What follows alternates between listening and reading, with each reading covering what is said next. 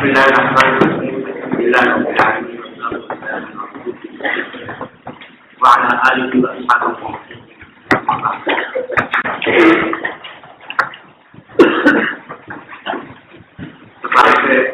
پچھلے دنوں مسلسل ایسے کام اور سفر میں جاتے ہیں سبق ہوا آخری درس میں میں نے صحیح بخاری کی کچھ خصوصیات اور ضرورت پر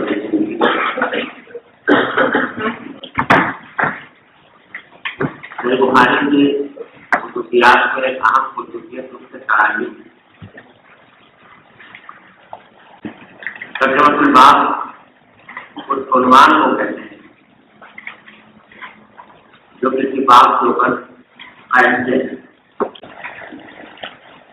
جیسا کہ پہلے میں نے عرض کیا تھا جو محققین کے طریقے روایت حدیث سے متعلق مختلف ہیں. بعض محققین جیسے امام مسلم رحمۃ اللہ علیہ سمجھتے ہیں کہ حدیث کے اوپر ترجمۃ الباب قائم کرنا یہ بہت بڑی ذمہ داری ہے، کیونکہ ترجمۃ الباب قائم کرنے کا مطلب یہ ہے کہ حدیث سے بڑا مسئلہ نکلتا ہے. تو امام مسلم فرماتے ہیں کہ سمجھتے ہیں کہ بحیثیت راوی حدیث کے میرا یہ کام نہیں کہ میں احادیث کے مسائل کو مستقبل کروں.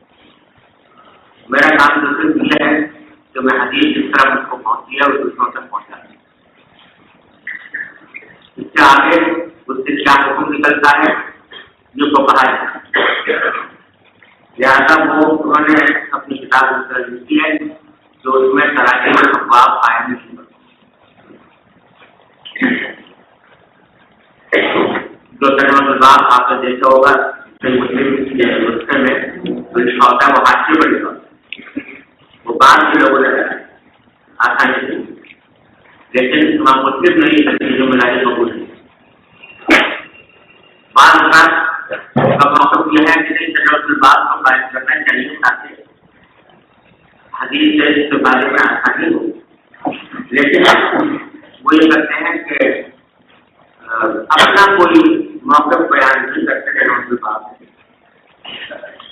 بلکہ وہ حدیث کے ظاہر سے جو مفہوم نکل رہا ہے وہ باب کا عنوان ہے. زیادہ گہرائی میں جائے بغیر، زیادہ کسی بحث میں پڑے بغیر، صرف ظاہر حدیث سے جو مفہوم نکل رہا ہے، یہ جو مسئلہ مسمت ہو رہا ہے، اسی کو انہوں نے ترجمۃ الباب بنا دیا. جیسے امام ترمذی، امام ابو داؤد، ابن ماجہ تینوں کا طریقہ ہے. چنانچہ وہ حدیث دو مختلف متضاد قسم کی تراجم میں قائم کرتے ہیں. مثلاً باب الوضوء بمس الذکر، باب ترک الوضوء بمس الذکر. تو جو حدیث جس سے معلوم ہو رہا ہے کہ مس الذکر سے وضو کرنا چاہیے اس کو قائم کر دیا باب الوضوء بمس الذکر کا، اور جس میں معلوم ہو رہا ہے کہ نہیں کرنا چاہیے تو باب ترک الوضوء بمس الذکر. تو اپنا کوئی موقع بیان نہیں کیا، بلکہ ظاہر حدیث سے جو کچھ نکل رہا تھا وہ ترجمۃ الباب بنا دیا. تو کچھ کو کہا ہے وقت کو اختیار کر لیا، کچھ نے دوسرے کو اختیار کر لیا، لیکن محدث نے کوئی ذمہ داری اپنی قبول نہیں. یہ طریقہ ہے امام ابو داؤد کا بھی، امام ترمذی کا بھی، امام ماجہ. دو محدث کہتے ہیں کہ جو اپنا موقف بیان کرتے ہیں ترجمۃ الباب، جب ہمارے نزدیک کے حدیث سے کیا مطلب ہے ان میں سب سے اعلیٰ مقام ہے امام بخاری رحمۃ اللہ علیہ کا، اور دوسرا امام نسائی. چنانچہ ان کے تراجم جو ہے وہ دوسرے حضرات کے تراجم کے مقابلے میں تقوی. ان کے نزدیک جو مسئلہ نکل رہا ہے حدیث سے وہ انہوں نے ترجمۃ الباب میں بیان کیا. امام نسائی کا میں نے ذکر اس لیے کیا کہ انہوں نے بھی اس طریقے سے اتباع کی کوشش کی ہے، اگرچہ زیادہ توقع اس میں نہیں کر سکتے. بقیہ امام بخاری کا بہت بڑا علم جو ہے وہ تراجم کرتا ہے. چنانچہ اسی وقت یہ مقولہ مشہور ہوا تو فقہ البخاری کی تراجم کہ بخاری کا جو فقہ ہے وہ اپنی تراجم سے معلوم ہوتا ہے. یعنی اس کے دو مطلب ہیں. ایک یہ کہ امام بخاری نے کوئی فقہ کی الگ سے کتاب تو نہیں لکھی لیکن اپنے تراجم میں اپنا فقہی موقع بیان کر فقہی مطلب بیان کر. اور دوسرا مطلب یہ ہے کہ ان کے دقت نظر اور ان کا ملکہ فکریہ اور ان کا طریقہ استنباط یہ تراجم سے معلوم ہے. اور اس معاملے میں امام بخاری نے طرح سے بڑے توقع سے کام کیا ہے اور بسا اوقات وہ ایسا لگتا ہے کہ انہوں نے جو باب قائم کیا ہے اس کا بظاہر نکالی ہوئی حدیث سے کوئی جوڑ غلط کیا لیکن اور سارے آدمی تعلق سے کام لے اور ان کے دقت نظر کی طرف اہتمام سے دیکھے تو پتا لگتا ہے کہ اس سے بڑا مطلب ہے اور صورت اور جس سے مقصود ان کا استعمال احکام ہے اس واسطے وہ ایک ہی حدیث کو مختلف ابواب میں روایت کرتے ہیں اور مختلف ابواب میں لا کر جس کو حدیث سے جہاں جہاں جس باب کا وہ مسئلہ نکل رہا ہوتا ہے اس باب میں اس حدیث کو ذکر کرتے ہیں. اور یہاں تک امام بخاری نے اس کا اہتمام کیا ہے کہ اگر حدیث کے ظاہر سے ایک مسئلہ نکل رہا ہے ظاہر ہے لیکن وہ ان کا مسلک نہیں انہوں نے اس کو اختیار نہیں کیا اس ظاہر حدیث کے مفہوم کو اختیار نہیں کیا تو وہ اس بات میں جائے گا بلکہ کسی اور بات میں جائے گا جہاں دو ان کا اپنا مسئلہ کے مطابق. اسی وجہ سے بغیر اوقات جو حدیث ظاہری طور پر کسی ایک باب میں ہونی چاہیے صحیح بخاری میں تلاش کرو تو وہاں وہ نہیں ملے گی وہ کسی اور بات میں ملے گی غیر متعلق بات میں تو بتائے غیر متعلق بتا. یہاں تک جب آپ لوگ کہتے ہیں کہ یہ حدیث امام بخاری نے نکالی نکالی ہوتی ہے مگر کیونکہ ایسی جگہ نکالی ہوتی ہے جہاں ایمان بھی کیا تھا اس واسطے لوگ کہتے ہیں کہ نہیں نکالی. اس کی ایک مثال یہ ہے کہ ایک حدیث ہے حضرت مباحہ بنت زبیر رضی اللہ تعالیٰ عنہ یہ جب حج کو جانے لگی تھی تو ان کو ڈر تھا اس بات کا کہ بیمار رہتے ہوئے اور بیمار رہنے کی وجہ سے اگر میں حالت احرام پاسوں گی تو کہیں ایسا نہ ہو کہ راستے میں حج کو جانے سے پہلے راستے کے اندر کہیں مجھے بیماری پیش آ جائے اور مجھے سفر ملتوی کرنا پڑے یا ختم کرنا پڑے تو مجھے ڈر ہے تو میں کیا کروں سمجھے نا. تو حدیث میں آتا ہے کہ انہوں نے نبی کریم صلی اللہ علیہ وسلم سے پوچھا یا رسول اللہ میں حج کو جا رہی ہوں تو کیا احرام باندھتے وقت میں کوئی شرط لگا لوں یعنی یہ شرط لگا لوں جانا احرام تو باندھ رہی ہوں لیکن اگر بیمار ہو گئی تو مجھے احرام میں کھول دوں تو سماج نے فرمایا کہاں سے لگا شرط لگا لوں. تو حضرت انہوں نے پوچھا کہ کیا شرط لگاؤں تو آپ نے فرمایا کہ یہ احرام کے وقت یہ کہہ دینا جو محلی ہے تو تحقیق جو میں کچھ جگہ حلال ہو جاؤں گی جہاں آپ مجھے روک لیں گے یعنی بیماری جو ہے جہاں مجھے آگے سفر کرنا ممکن نہیں رہے گا وہاں پر میں حلال ہو جاؤں یہ شرط ہے. اس حدیث سے امام شافعی رحمۃ اللہ نے یہ استدلال کیا ہے تو وہ کہتے ہیں کہ اگر کسی شخص کو بیماری کا اندیشہ ہو تو وہ احرام کے وقت میں شرط لگائے جیسے حدیث میں دوبارہ احرام کے وقت میں شرط لگا لے کہ اگر میں بیمار ہو گیا تو میں وہیں پر حلال ہو جاؤں گا احرام کھول دوں. امام ابو حنیفہ فرماتے ہیں کہ شرط لگانے کی کوئی حیثیت نہیں سمجھے نا شرط لگانے کی کوئی حیثیت نہیں ہے بلکہ یہ شرط لگائے بغیر بھی یہ حکم موجود ہے. اگر شرط نہیں لگائی آرام باندھا اور بیمار ہو گیا کھلاتی اور بیماری کی وجہ سے وہ صبر کرنے کے قابل نہ رہا تو اس کے لیے جائز ہے کہ وہ اس کو اس کے اوپر احسان کے احکام جاری ہوں گے